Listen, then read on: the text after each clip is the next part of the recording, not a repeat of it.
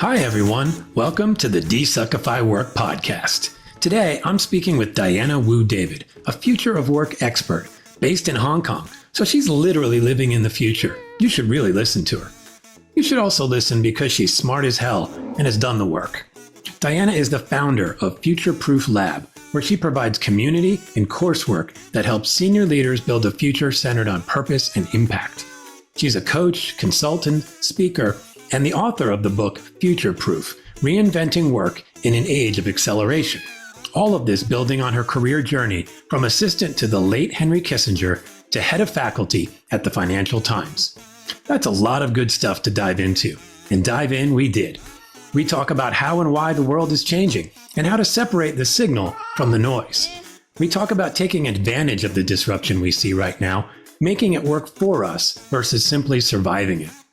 And we talk about how we can avoid the ick typically associated with personal branding and develop stories that are both authentic and effective. If you're feeling uncertain or apprehensive about the future, Diana is exactly who you need to listen to right now. So let's do that, shall we?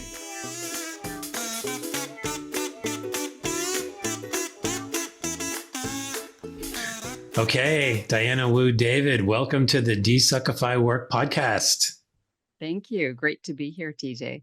I am very excited to have you here. And there's a lot I think we can get into. Your focus, is really into this world of the future of work and a wonderfully rich area. So we'll give you some time to explore that. But before you do, maybe there's an opportunity for you to just kind of tell people how you came to be doing this work and what you're most passionate about.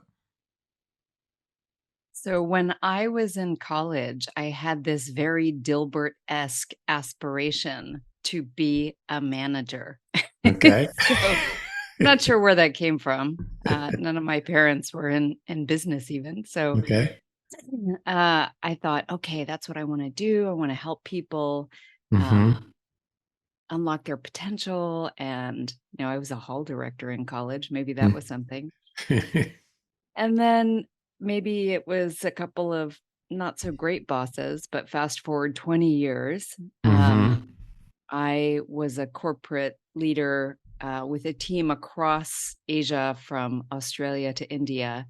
And the thing that mattered most to me was them. And I spent a lot of time figuring out how to be the best leader that I could be.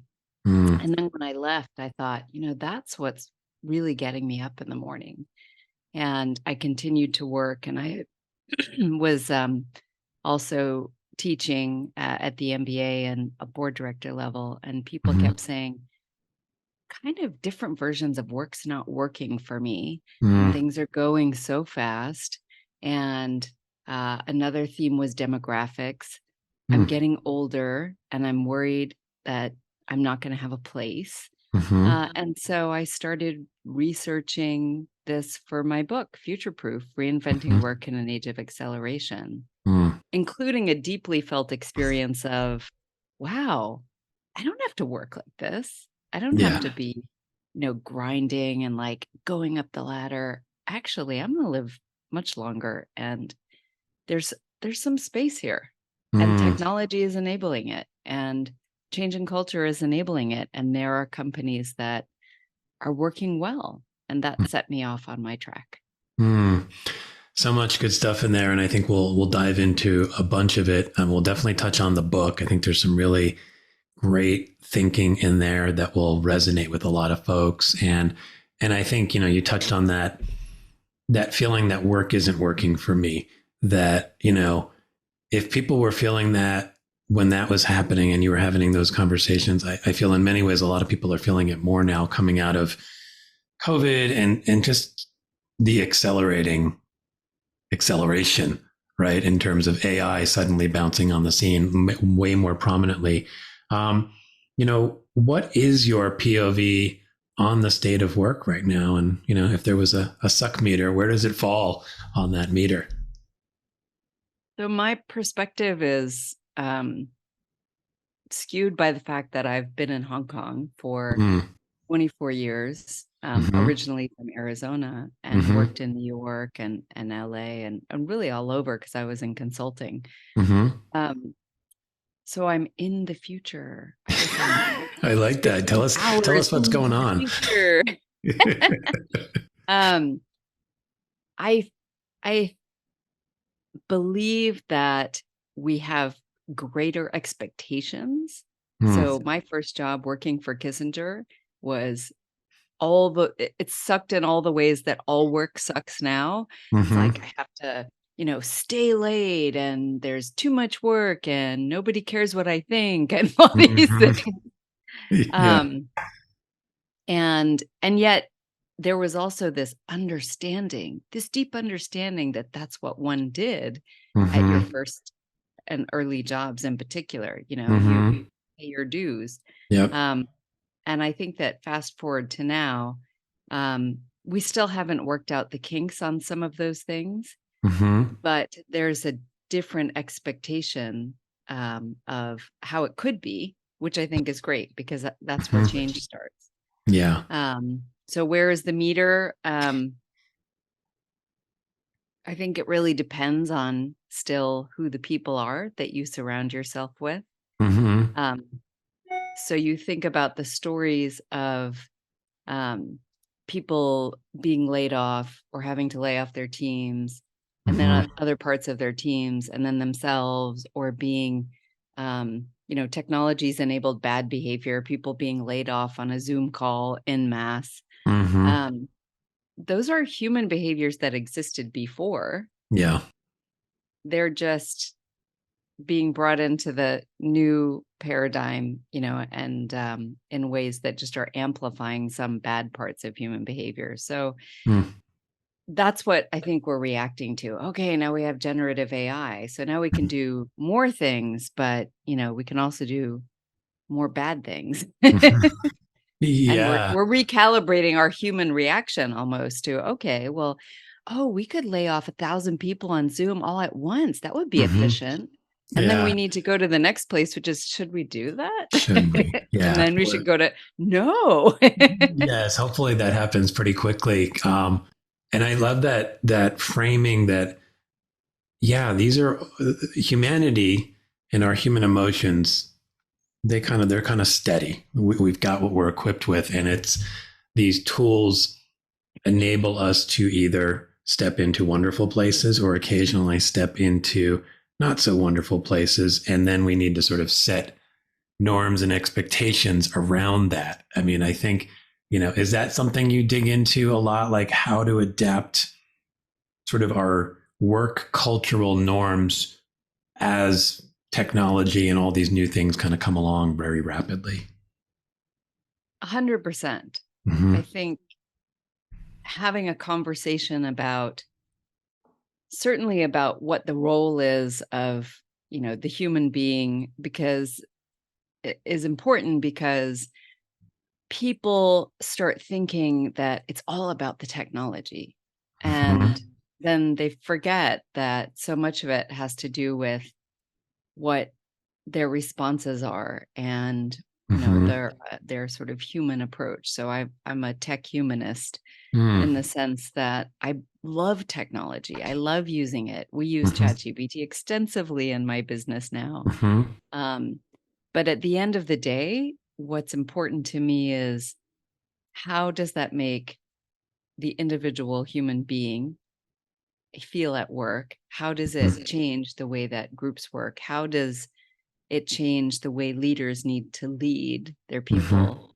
And it does change. So I'll give you an example that's not tech related. Okay.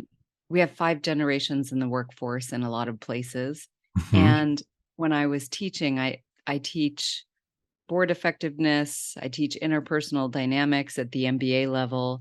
And so what I've found looking out into, the future and thinking about all of these big drivers like demographics changing and technology changing and geopolitics and climate change, that one of the most important things that we need to focus on and investments we can make is in interpersonal dynamics and our ability to self-manage in an era where things are volatile, and also sort of inner mastery for outer impact. Mm, Be able to help the other people around us or have conversations. So in this mm-hmm, class, we had half an hour, and I said, okay, let's think of some things that are really troubling you.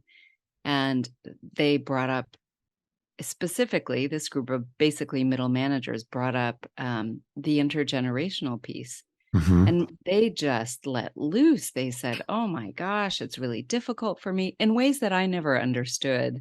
mm, I always thought it was bad for me because, I have my perspective, but they were saying, so hard. We don't know if we'll be able to, gain credibility if somebody that is 20 years older is being helpful to us. We feel like it undermines our credibility.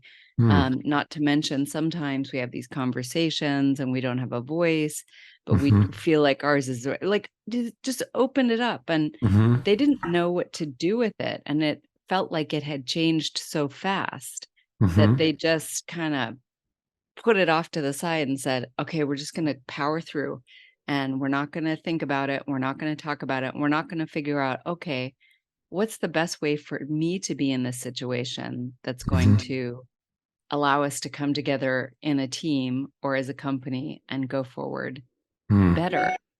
Yeah. So having that time to do that. That's a wonderful question that comes out of that, which is how do you get people to realize they need to make that time to do that?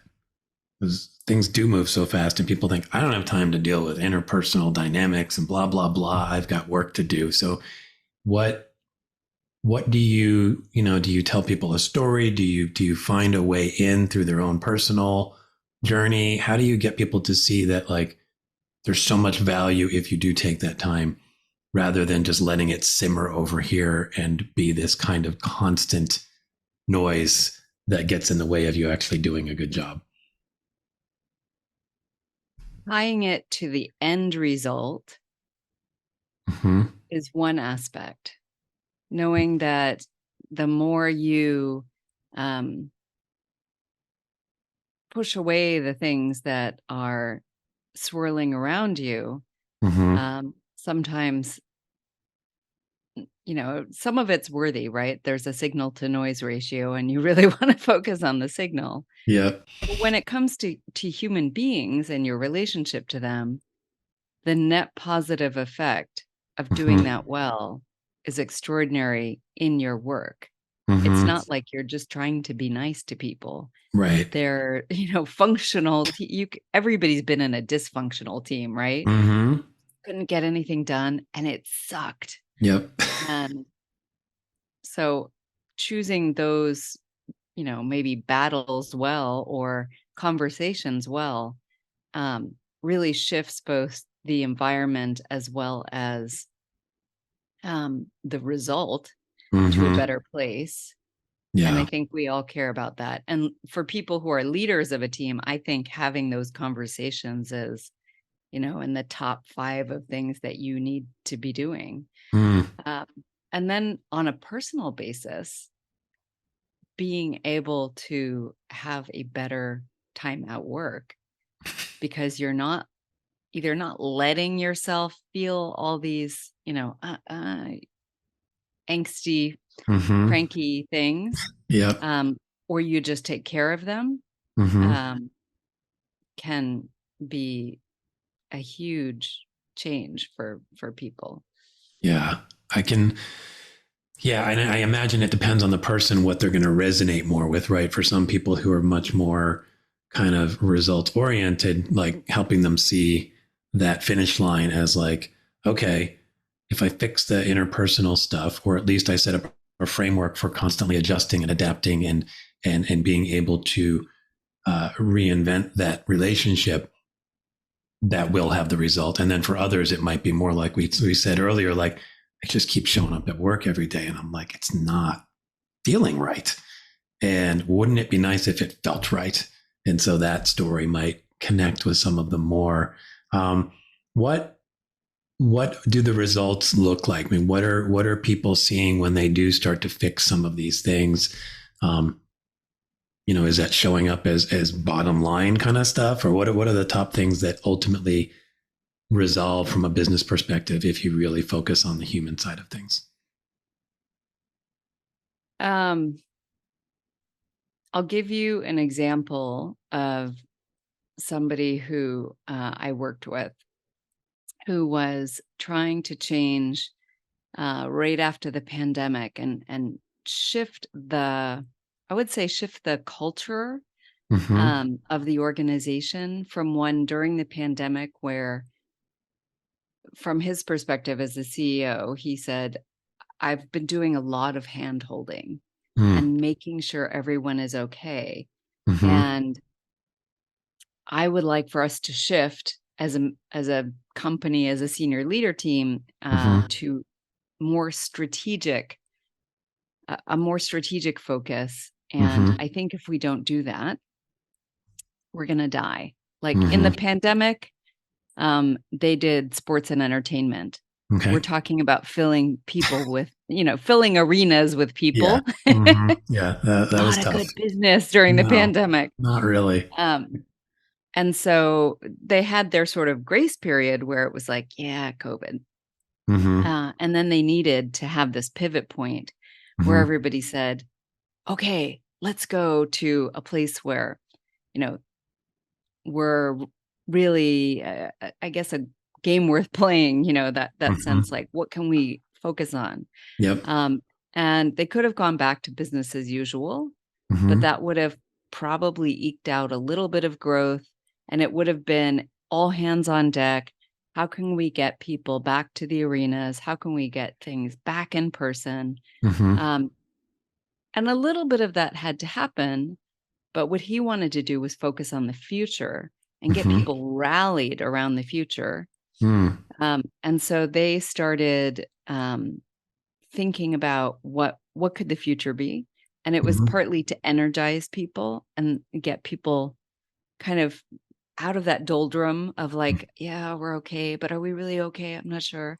Mm-hmm. It was and to think about things like Web3, because during the pandemic they had started doing more online and experimenting with Web3 and video games, more video games. So Mm-hmm. they started a working group and spent months kind of thinking through what would be able to get resources from headquarters, specifically for Asia, Mm-hmm. and they ultimately got headcount and a new direction, which will allow them to not just bubble along and sort of go, okay, a couple percentages of growth, but Mm-hmm. to like go up here and then go, it Mm-hmm. was go towards whole new revenue streams, Right. being able to sign a deal for $10 million in one country to Mm-hmm. do different rights for gaming. Mm-hmm. And on a longer term basis, targeting youth so that not only the folks that can get out on a court or, go out in the neighborhood and play, Mm-hmm. but also those at home that can buy into their brand and their sport and their game in many different ways, be Mm. it, collecting or video games or getting out there. So it has the potential to transform their business. It transforms the energy of the people within it. It Mm-hmm. transforms the potential for results to be far beyond and for exponential growth, and then Mm-hmm. longer term, an entirely new audience. Wow. Yeah, that's a really interesting and illustrative story about what the future can be, right? And there's something you mentioned. I think you might have mentioned it on your site, but it was this idea that disruption is something you can take advantage of. You used Yeah. that language, which struck me because I think most people are saying, like, how do you navigate disruption? How do you manage disruption? How do you deal with disruption? And you're saying, take advantage of it. And I feel like that story, in some ways, was an example of that. I mean, are you finding that people are able to embrace this idea that the disruption is actually the thing you should sort of dive into and explore and find opportunity in? Big companies are set up to extremely efficiently deliver on past promises. Yeah. And that's actually my background, right? 30 Mm-hmm. years of trying to be the entrepreneur and take advantage of disruption, Mm-hmm. because whatever, large company I was with, was somebody there was grappling with this idea. I worked for Time Warner Publishing Mm-hmm. in their electronic publishing division Mm-hmm. in 1995. And Mm-hmm. Larry Kirschbaum, who then went to work for Amazon, is going, hmm, what's happening with books? you know. So kudos to him. He really Yeah. did see the future coming. And I do think that there are people within organizations who do that. But it's hard because there are so many people who are optimized around how can we deliver on the existing channels and businesses Mm-hmm. um, that have already been successful for us, even if they're not growing. Mm-hmm. That's a big mindset shift to ask of people, right? That, because that's how how you're going to get the next raise and the next promotion is this if you show up and sort of deal with what's right in front of you and what you're expected to do and what the job description says. So, how do you give people a chance to see a different possibility where it's not just about what's always been done, but what could be done? That is what I feel passionate about doing Mm. with my clients, Mm-hmm. creating a sense of possibility. Mm. Because in my work and other people that I've worked with, that's this crucial shift in mentality where you're at the management meeting. Sorry, I get away from my microphone when I lean That's back, but okay. you're So sort far, of I'm hearing you. okay. You're at the management meeting, you're kind of leaning back in this kind of like, now what are they gonna say? Mm-hmm. Yep. We all know that. Versus, yeah, Uh-huh. we all know that feeling. Versus this conversation about what's possible.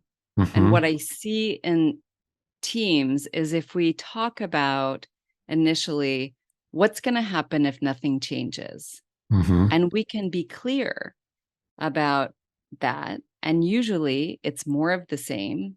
And often it's like less, because if you just to a certain extent, and I've been thinking a lot about this because do we really need to grow all the time? And Mm. because there is this sort of entropy that happens, and because there's disruptors all around us, and because there's Mm-hmm. inflation, if you're just not, growing at all, if you're not innovating at all, if Mm-hmm. I'll give you a very concrete example. I worked at Financial Times newspaper. Okay. If we didn't change at all, we'd Mm-hmm. still be printing a newspaper as Yep. the major print, revenue from advertising. We wouldn't Mm-hmm. even be charging probably for the newspaper much. So Right. we would be out of business. Mm-hmm. And so if you can get a group of people to agree, this is business as usual, are we all happy with that? Some people Mm-hmm. might say yes, but by Mm-hmm. and large, people will say, I don't think 1% growth is going to do it, or Mm-hmm. flat is going to do it, or really what we're doing is going to do it. Mm. And then to say, okay, what's possible? Let's, Mm-hmm. put our Imagineering hats on and think, where would we like to be in 10 years Mm-hmm. that would transform the opportunity here? And Mm-hmm. then all of a sudden you see people who, part of that efficiency drive is competitive between department heads, usually, Mm-hmm. Yep. where you're going, okay, let me put that aside. Let me put the turf wars aside.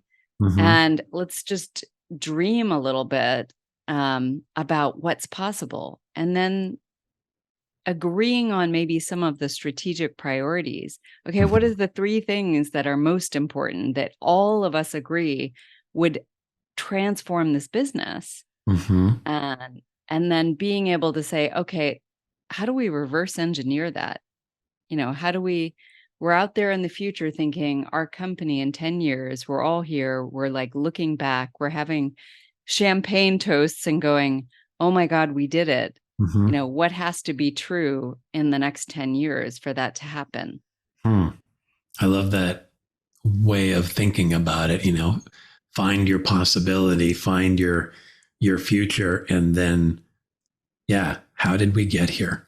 Like a wonderful way of thinking about it. And as you talked about that, something started to show up for me, because you mentioned, like, do we need to grow all the time? And I think a lot of people are contemplating these things about, from a humanity-wide perspective. And in some ways, when you start thinking about the work you're doing and this idea of the future of work, it's sort of inextricably linked with the future of humanity, because where we choose to focus our energy for work, how we choose to spend our time, the problems we're choosing to solve, that all happens through work.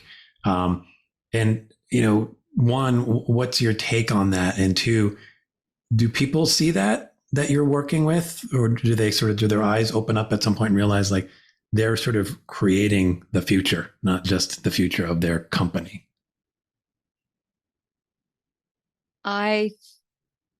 Not all do. But I have a secret society that does. I like the sound of that. I like secret societies. Yeah. Yeah. I work since the publication of Future Proof. I work with largely senior leaders who are going from success to significance. And they go through a process which is largely based on the book. I mean, I'm making it sound extremely intriguing when the reality is I published the book and they were like, can we get together and work on this together? And I said, sure. Yep. That's our secret society. But we go through this grounding on values and our why. And then we talk about new narratives and network. And really what you brought up, this idea that we're changing the world, that we're changing humanity, is a deeply held value for me, which is that, when work is done right, we can focus on the world's biggest problems. And those are opportunities. Those are business opportunities. And that's largely informed by Michael Porter's Creating Shared Value article and this movement of shared value, which is, perhaps idealistic. The world's biggest problems are the world's biggest opportunities. And, you can gain competitive advantage that way. But I like the framing.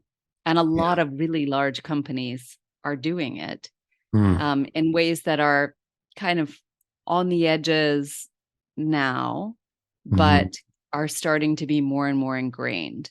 Like Nestle thinking, is there a way for us to take some of the bouillon that we're selling in different markets and enhance it with nutrition and vitamins that can help address health issues specific to location, let's say in India or Indonesia, and have that also be something that, because of that, we are the brand of choice among people. So I do believe, and the folks in this community, the Future Proof community, also they're kind of trying to find their problem, their juicy bit to work on, and the connection between what they know how to do, their experience and values, and then connect it to, what they'd like to work on and how.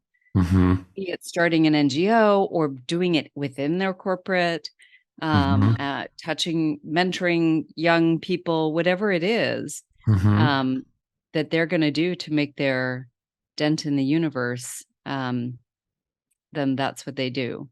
Hmm. And I think a lot about that because I do it with a group of people that's super passionate. Mm-hmm. But imagine for one moment Mm-hmm. if everybody in every company had that opportunity Yeah. Hmm. to say, what is it that I really care about? Mm-hmm. How do I connect that to my work? Because you can get potentially, you can have more impact Mm-hmm. within an organizational structure. Right. Yeah. You've got all that infrastructure waiting for you to be tapped into. And it's funny. It reminds me when I've worked at a couple places, we've had a few folks who would get these conversations going around kind of like, what if?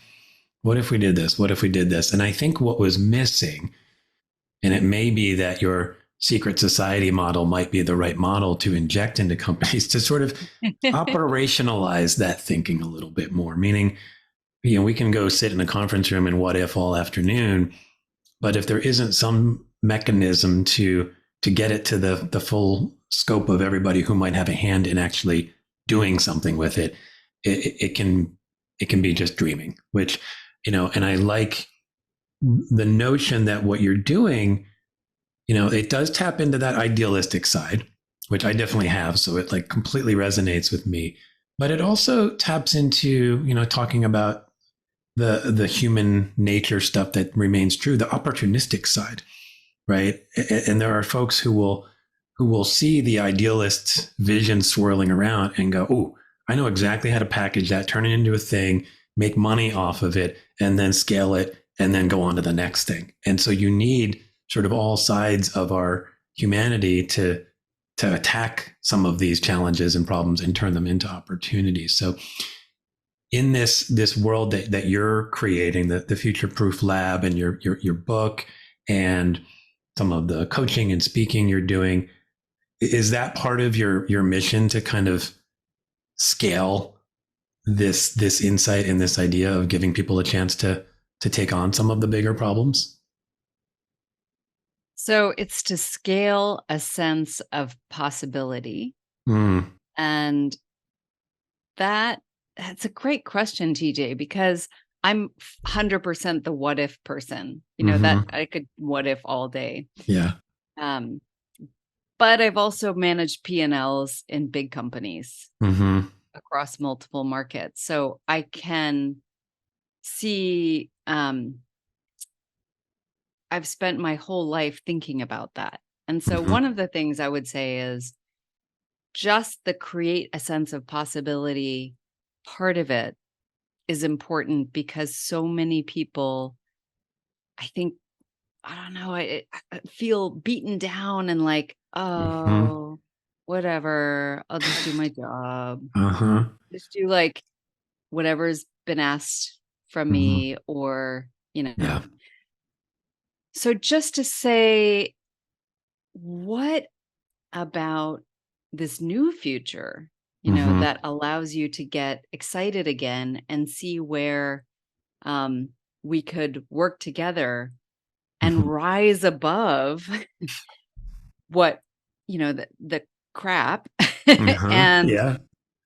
and have a vision that's worth pursuing together where not going to be easy. And it's not that we're going to, not argue, but we're going to have a goal that's higher and better than ourselves, that allows us to have motivation to weather that storm. And it's connected to what we care about and what's possible in the world.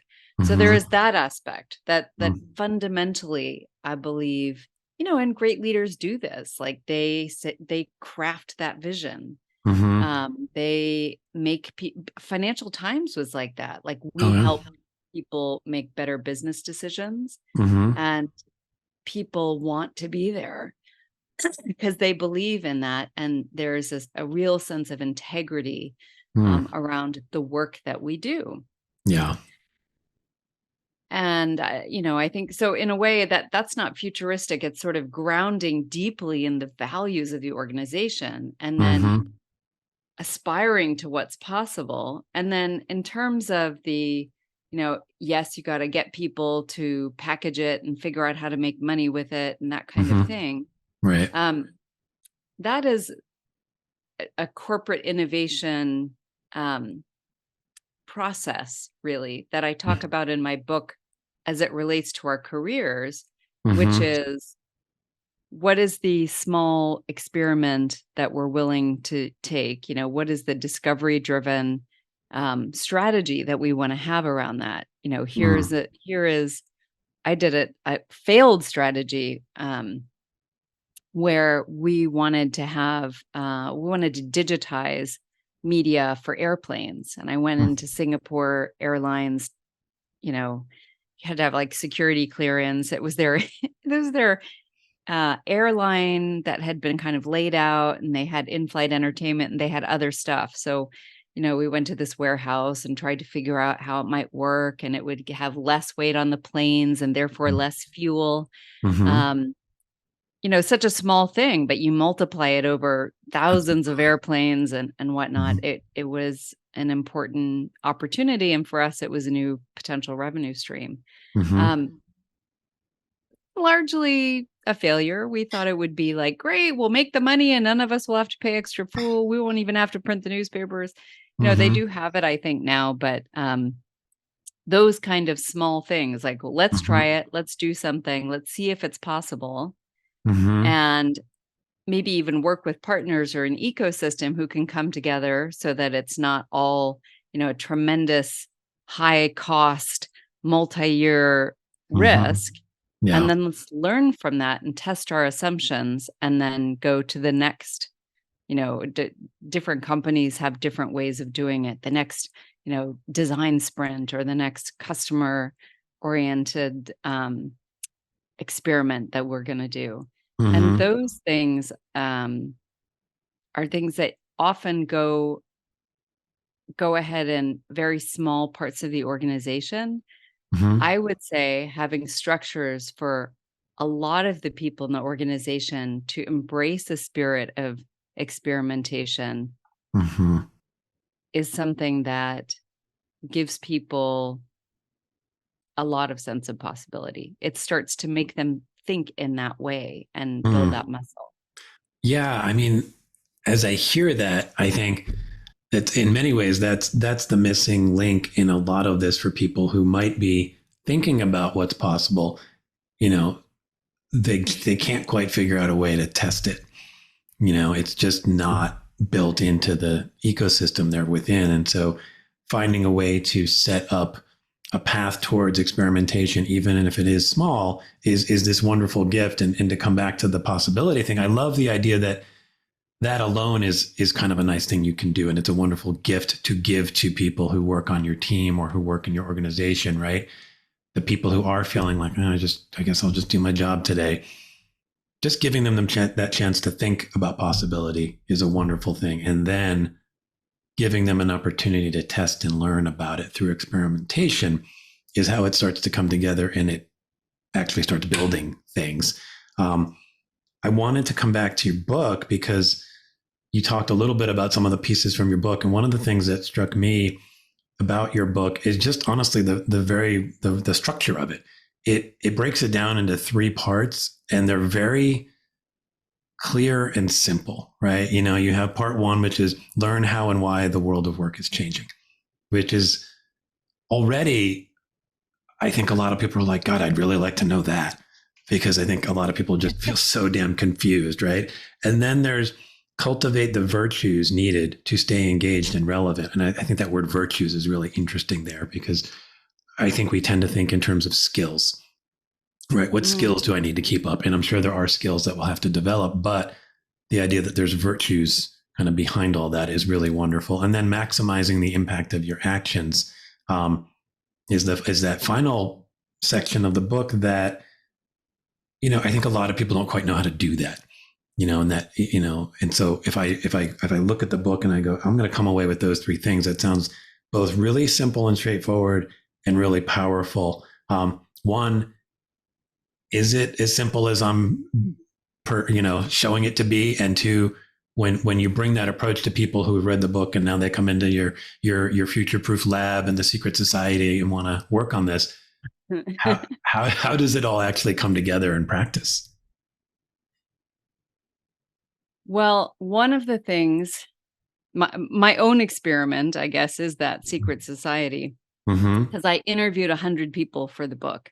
This kind of started when I was teaching a board director program, which I launched as a new revenue stream to counter print and declining print advertising and content revenue. And they would say to me, Diana, I'm 50 years old or 55, and I've been really successful, and I feel like retirement age in my company is 5 years off, and I feel like I have so much more to do and so much more to give. And so I said, wow, yeah, I have absolutely no idea what to tell you. Is what I was thinking. But it's an interesting question. So I did a fair bit of research on it, and then interviewed 100 people, which is maybe like you with your podcast, your go-to move, and synthesized the findings. And since then, I've gotten to witness the journey of 100 more people who go through, Future Proof Lab and try to do that. So understanding what's going on in the world of work is something, that of course we want to know and we want to do. And a lot of people who are, C-level, C-suite level, top of the organization said, I've thought about this for my business, but I haven't thought about it for myself. So it's just an opportunity to take a moment to say, okay, let's figure out where all of this is going. And, demographics are changing and technology is changing. But Amara's law, for instance, says that we always overestimate what's happening and the technological change and its impact in the short term, but we underestimate it in the long term. So we're running around like chickens with their heads cut off about generative AI going, oh my gosh, is it going to change my business this year? Probably not. In 10 years, probably transform it. Yeah. So, that first part, I think people they need to figure out a way to filter information to understand where things are going. And I work with clients in terms of that and, giving them a sense of where things are going. The middle part, cultivating virtues of experimentation and grounding in your values and gaining focus. And that's iterative. And so in a way, my secret society is a community of practice whereby they learn the tools to understand and focus on values.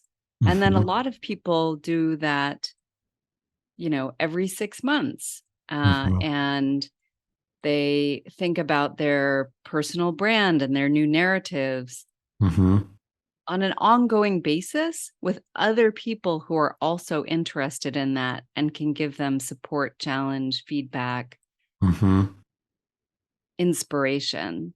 And that leads to the maximizing the impact, which I guess is the iterative part. That's the thing that's often people find surprising is they go through this process where they have time, they carve out time to really think about how they want to contribute in the world. And then they just go again and again, I did this and I tried it and it didn't work. And what do you think about another way? And, do I need to tweak the message? And then of course, meanwhile, the world moves on, right? New opportunities arise, new problems arise. We learn things about ourselves and, we meet new people. And so, I guess that the nice thing about it all is that journey is, you have a community of people you can fall back on Mm-hmm. when things go well or when things go poorly. Mm-hmm. Um, that allows you to manifest your possibility. Yeah. That community is what I think what jumps out to me the most as I kind of looked at a lot of the stuff on your site and in your book. It's like, I think people maybe feel a bit lost these days, and not just lost because of all the change, but it's like, who do I talk to about some of this stuff? And whether you're somebody who's, like me, has decided to kind of go on your own and now you don't have anybody around you, having community helps. But even like, I could be in a really large organization. And first of all, if I'm at the top, I never really have anybody I feel like I can talk to, and I need somebody, some folks who get it. But also, like, you don't always want to show up that way, like uncertain, exploring, experimenting, to people who need you, who you think need you to be certain and have it all Yeah. figured out. So I think a lot of people are craving a community that is more than simply the people I work with, but a community that is people who share some of the values and virtues that I'm trying to explore, and can allow me to sit in that space of experimentation and failure, and then learning from that failure. What do I do now? And having that supportive community. I honestly think in many ways, that's the biggest thing the world of work needs right now is community or communities that provide that kind of support. Have you found people feeling similarly as they go through some of the stuff you do? Yes. I see this model of people coming together. Sometimes it's around a topic. Mm-hmm. There are a lot of people in Future Proof Lab that are very passionate about sustainability, for Mm-hmm. instance. You can see clusters forming when people think about what would I like to contribute? Mm-hmm. What are the big issues? Mm-hmm.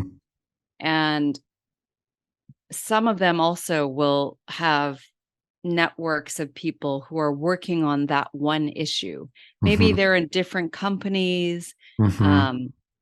Maybe, they're across startups and government and public and private, Mm-hmm. but they all come together to say, I'm continually trying to go forward and chip away at this issue because it's a complex, um, system that has Mm-hmm. many parts. Yeah. So I do see that around issues, Mm-hmm. less so around industry. I mean, I haven't been a part of, say, the advertising association or whatnot. I don't see Mm-hmm. people, because that's work. That's where you're working and you're trying to Mm-hmm. impress people, and Yeah. you want to say how great you are so that maybe your colleague says, oh, there's an opening and you get to have a Uh-huh. promotion to another company. Mm-hmm. But sometimes, in the bar late at night when everybody's tired after an event, Yeah. get some of that realness. Mm-hmm. But there's something there. I've researched decentralized autonomous organizations, and I've been looking at new ways of working Mm-hmm. because I do see how valuable it is for people to have a place to come to it's to work on themselves. Mm-hmm. Yeah, I think there's a vulnerability that needs to happen when you work on yourself if you're really doing it. And Yeah. so many of our natural communities don't, it's not comfortable to be that vulnerable. So setting up a space, whether it is people aligned around an issue, maybe around an industry, I could see a lot of value, certainly coming from the world of advertising, to have a group of people who could really work on themselves, but also with this shared idea that that industry could be so much better, and that industry, in many ways, fights that law you brought up, which is the technology currently feels like life or death in an industry like advertising. And we need to get on top of ChatGPT. We need to do this. But sometimes that longer term strategic stuff goes by the wayside as we're chasing stuff. And, it makes me wonder, how can you give people the tools, the virtues, the skills they need to sort of discern that signal from the noise, as we see all these different trends and all these different things showing up, and we all want to not be left behind. But how do we not find ourselves just chasing all these things that are small in the short term? And how do we see the big in the longer term?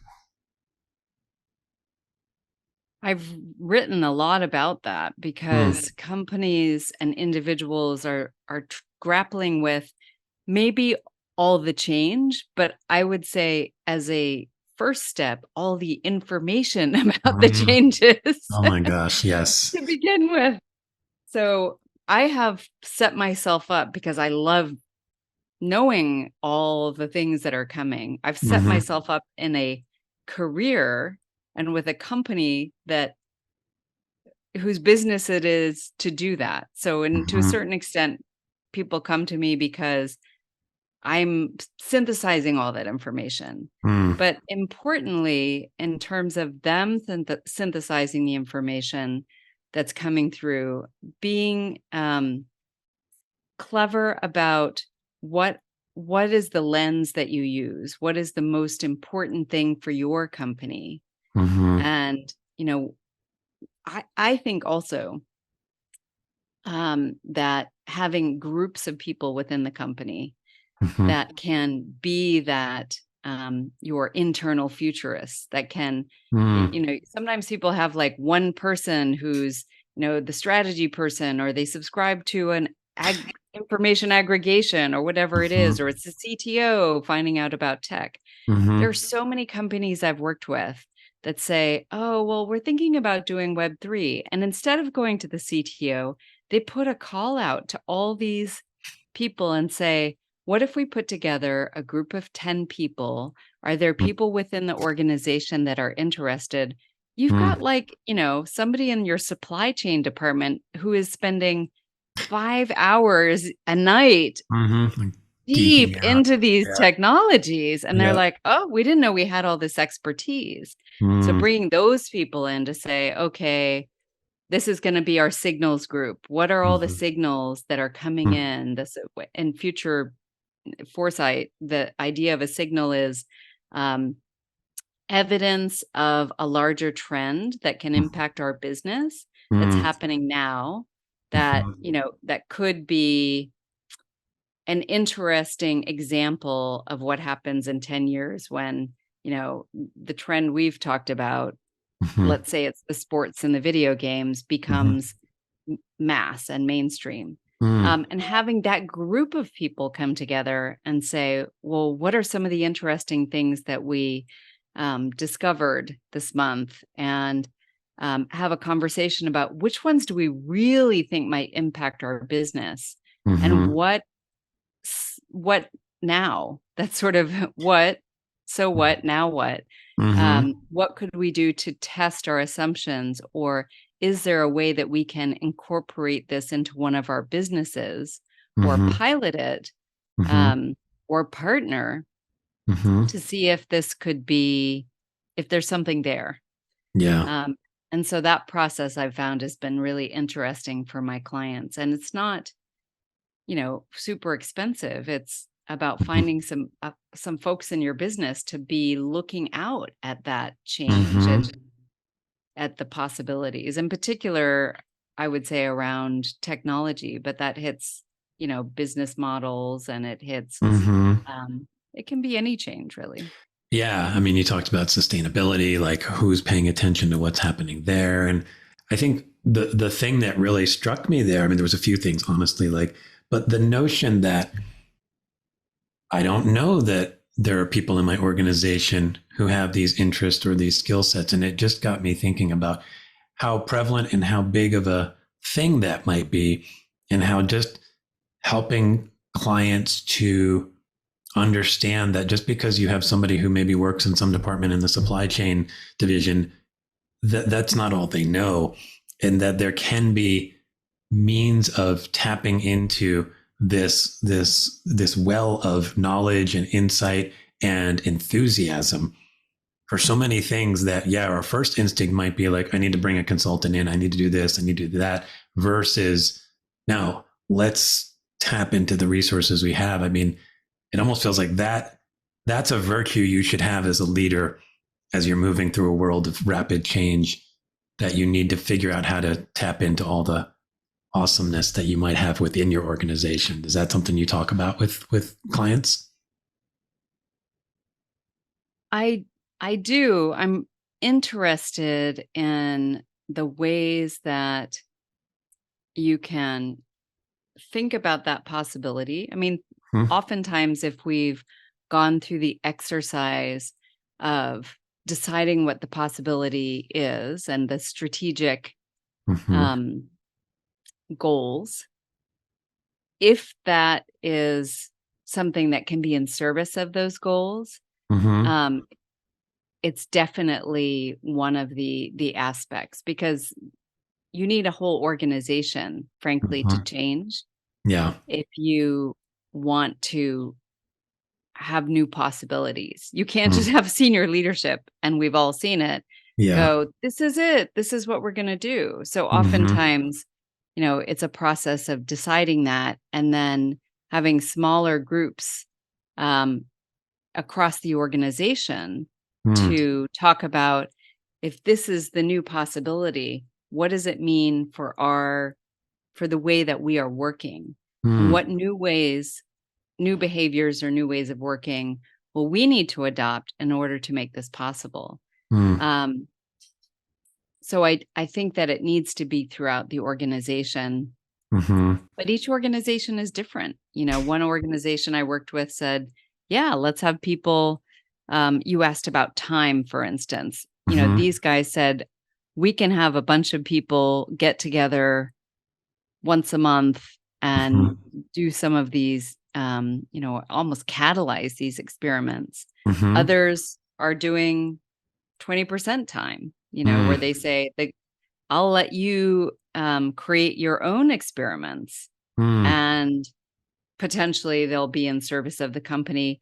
And if they aren't, then in a way it's back to that, like I've allowed you the time to create that sense of possibility, to create that forward-looking idea of where we're going and what's possible. Yeah. I mean, I think so much of that is just getting the mindset shifted around that, right? From what we talked about earlier, which is I'm just doing the thing that's right in front of me, and everybody sort of knows how to do that, to creating an organization and a culture, and maybe tapping into things like values and purpose, which you mentioned, that gets everybody excited and aligned around a culture of experimentation. I think that's one of these other really big needs right now, because I think a lot of people are stuck. They're just almost immobilized by the combination of all we've been through in the last few years, and then this hazy, sort of slightly scary future that they don't quite know how to step into. And when you create a culture of experimentation, it's like, you don't have to leap that far into the future. Just take these little micro steps in with these experiments, and then we'll not only probably learn more and be more successful, but then the big leaps will happen over time after multiple experiments. But I think people feel threatened by way out there, and so they don't know how to even take that first step. So I love the inspiration you're creating for people to create a culture that I think will be much more likely to succeed in marching into the future with optimism and possibility. I mean, I really love that. One thing that you mentioned also that I wanted to ask about is this idea of kind of the personal brand side of things. So, I'm working in an organization that's doing some of this stuff. I love it, but I still see some need for myself to sort of be ready for what's next. And like you said, maybe it's because of some demographic thing or whatever, but how do you help people step into this idea of personal branding in a way that feels really authentic. I think, you hear the phrase personal brand, and for some people they almost have an ick reaction Ew. because it's just like, I'm a Yeah. person, I'm not a brand. That's weird. And then it ends up feeling very surfacey, like, I'm the blank blank person and that's it. It's like no depth to it. How do you allow people to step into this idea of personal branding in a way that allows them to bring all of the juicy depth that lies within them into this personal brand? So fundamentally, my vision of the future of work is that we have a long work span. We have a long, healthy lifespan. Mm-hmm. We have a long work span. Mm-hmm. And InnoSight talks about the fact that the lifespan of companies is shrinking while our lifespan is increasing. And so you are going to have many different jobs, and you're going to have many different, I guess, different focuses or foci across your career. So in order to have agency, you need to reclaim your narrative. And one of the things we do that makes us feel safe is we sometimes rigidly hold on to an identity as generally our job title or our, function as an accountant or an ad exec or whatever it is, in a way that outlives its purpose. Yeah. So thinking of that, and thinking about this long career, I believe that the idea of a personal narrative is something, one of the skills is to cultivate this sense of who am I? I mean, it's a beautiful journey. Like, Yeah. what else are we going to do with this one precious life except for to sort of say, what am I doing? What is this big, what is life all about? What is this big long journey I'm on? Yep. So, so that to me is, it's a process of discovering your values and understanding how those manifest in the world. So if one of my values, which will come as no surprise to you, TJ, is strengthening community. There we go. And another one is learning. And the biggest learning for me was not just what those real core values were, but that other people didn't share them. Yeah, I've been there. I was on the board and I was vice chair, and my chair said, Diana, you have to remember, not everybody is as curious about everything as you are. I was like, oh, yeah, okay. But why not? Yeah, exactly. Yeah. Oh, that piques my curiosity. Exactly. So this person, if you think of it from that as, what is it? What is the work that I want to do in the world? And how can I do that? Then being able to talk to people about all of the work that I do, strengthening communities and the passion I have for it and the ideas I have around it, creates opportunities for me to do work in that space. Yeah. And, I think about the work we do on personal brand as constantly rethinking the larger arc of our lives and our work lives and what we can do. And, within that, sort of changing what that immediate picture looks like a kaleidoscope. Like maybe you get a degree, maybe you work on a fabulous advertising campaign. Maybe you join a startup and go through the, ups and downs of trying to bring a new product to the market. And all those experiences form the experience, the skills, the virtues that you have. And then it's like a kaleidoscope. It's like you turn the thing and all of a sudden the picture changes. And so this idea for me, I don't know if it's so much about personal brand is, but it is, I think it kind of works, is like, Mm-hmm. now what does the picture look like? Yeah. What does the Diana of today or the TJ of tomorrow have to Mm-hmm. offer? It's Yeah. always changing, and we Mm-hmm. have to constantly update it, Mm-hmm. grounded in this, let's say, brand promise. I'm only talking to you this way because I know you're in advertising. Yeah, I get it. But I get it. but it's like, Mm-hmm. this is what I'm about. This is what I can give you. I'm all Mm-hmm. about community, and I'm all about possibility and learning and curiosity. Mm-hmm. Those are kind of deep, timeless values. But Mm-hmm. guess what? I 15 years ago, I'd never given a speech in my life. And now one of the possibilities for me to help a company is I can get up on stage and speak to 2,000 people. So that's sort of this new manifestation of what I have to offer. And Mm-hmm. for everybody, that idea of your personal brand is, what is most important to me? How can I contribute? And then how do I Mm-hmm. tell the story of how I can contribute so Yeah. that we can work together?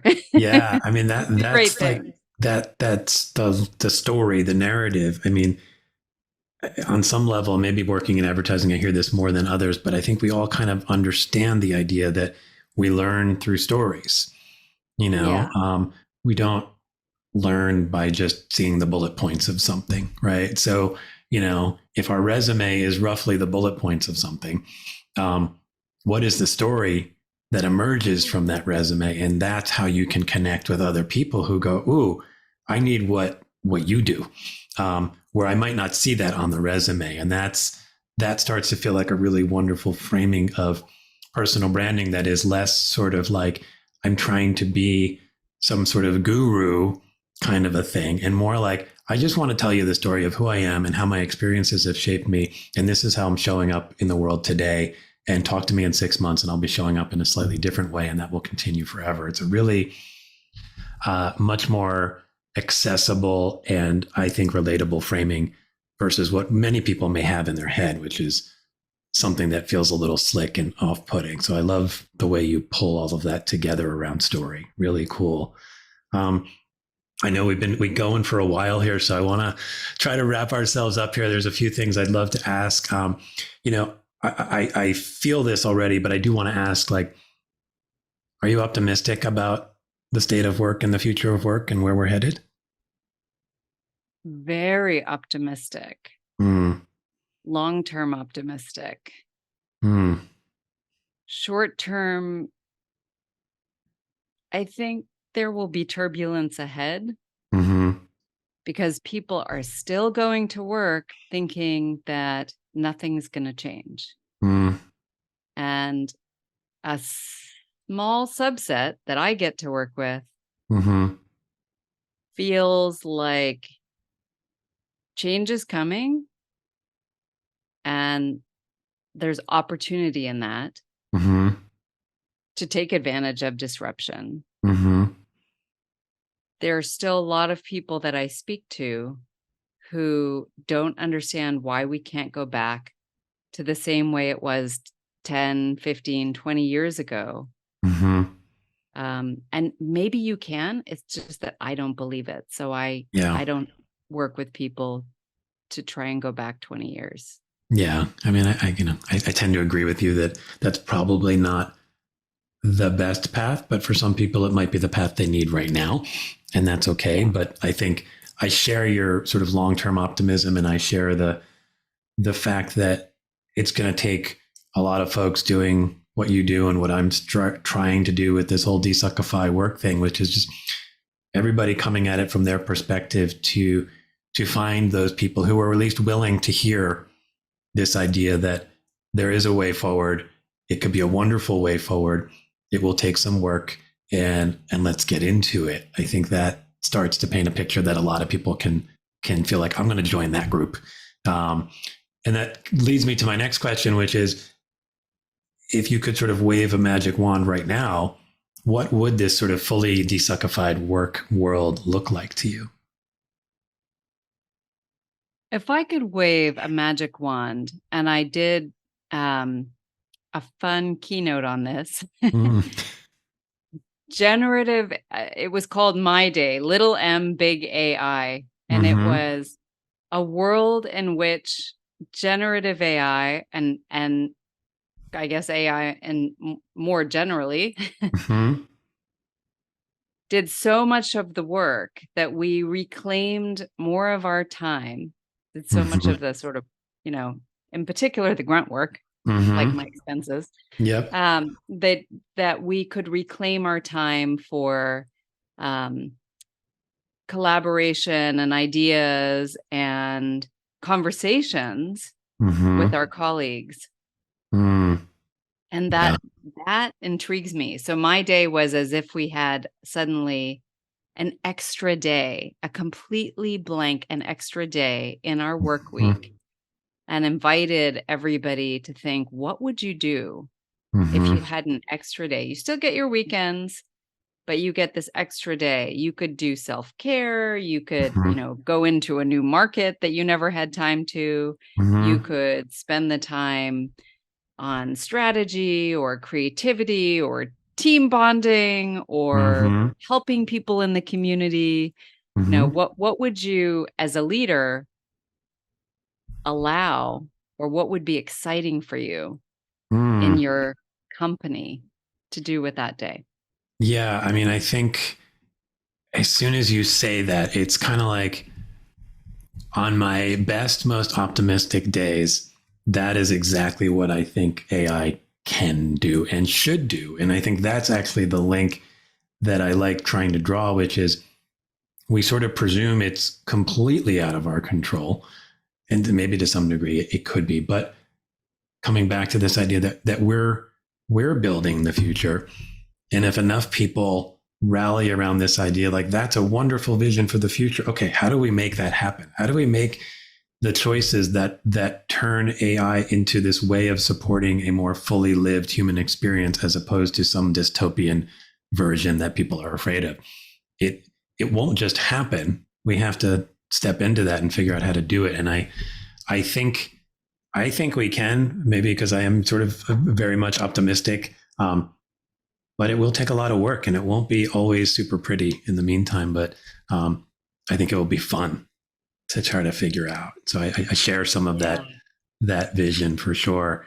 To kind of take the tone down from super big and heavy to something super light, I always love to ask people. I use sound effects in my show, mostly cats and goofy, stupid stuff. And so I always ask if somebody's willing to make some kind of sound effect that I can weave into the show somehow and keep in the library. Do you have anything that you'd be willing to share with us? You asked me what sound would be associated with this new future of work. Mm. And what I thought immediately was, eh. And let me unpack that for you, because it's not about that future of work. Mm-hmm. To me, the sound that happens when we are in this magic wand perfect work Mm-hmm. is we have the safety and the opportunity to argue Mm-hmm. in a constructive way, to Mm. say, that's cool, but I don't like it, or let's think of something else, to Mm-hmm. kind of bring back, in my board work, I call it productive dissent. Mm. I don't use that sound, by the way. Hey, maybe it But might work. You never know. Yeah. but that, Mm-hmm. what you said, fun, Yeah. let's talk about what's possible. Here's my Mm-hmm. idea. Yeah. I don't know if I like that. Mm-hmm. Right. Oh my gosh. It's funny because I think in an effort sometimes to create a safe work environment, you can go into an extreme that basically says we don't want any disagreement, as Yeah. opposed to disagree around ideas, but be kind to the fellow humans who you're disagreeing with, right? So yeah, you could say, I don't love that idea. Still love you. You're wonderful. But we all have ideas that we're not all going to love once in a while. And certainly in the world that I came from, that sound was probably made 500 times a day. You'd be like, what about this? But it didn't defeat you. Right. It was like, what else can I think of? Or if it's not that, what would make it better? And then you just like spin into just joyful exploration. And that's like, God, I love that sound effect. It was very unexpected, I think. And I love the story behind it. So that's really awesome. Before we do sign off, the one thing I also like to ask, obviously, is how do people find you? Because I think the work you're doing is wonderful. And I want people to know about you and hopefully find ways to work with you. So what's the best ways to find you out in the world?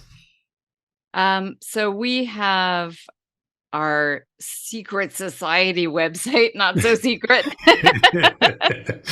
is futureprooflab.com. Okay. And we have an assessment that goes to the heart of this matter, a future ready assessment that you can download there. Oh, nice. For individuals to think about, do I have the community or the resources or the mindset or the virtues to be future ready? Yeah. So that's a good one. And then for my speaking, I also have dianawoodavid.com.